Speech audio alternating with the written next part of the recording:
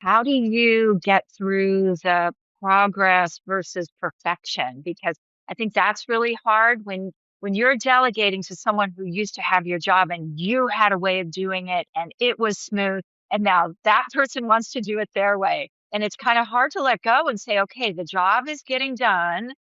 It may not be the way I did it, but it's getting done. So how do you get rid of that need to control? And, I share the story of Liam, which is one of my favorite stories and one of my favorite clients in leadership development coaching. And he was one of those folks on the team that, that you want him on your team because he got stuff done. He was smart and he was fast and he was accurate, and he gets put into leadership, or, he becomes a manager.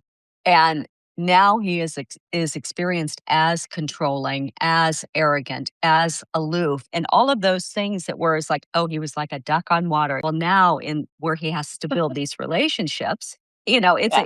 it's a completely different. The impression is completely different, but it is in recognizing, the number one development skill, for leaders is developing self-awareness. And so that part of it is you're also creating a new identity for yourself, and you're still attached to that old identity of, I got that thing done really, really well.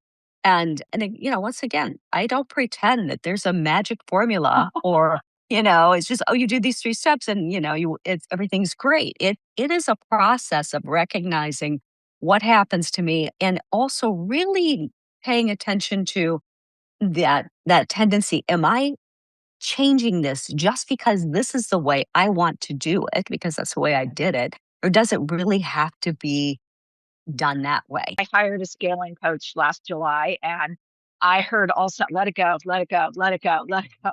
It's like because I wanted to micromanage the situation that was going on and have it done my way. But the work got it done. Once I let it go, the work got done. It just wasn't the same procedures I would have used. So don't confine that to corporate America.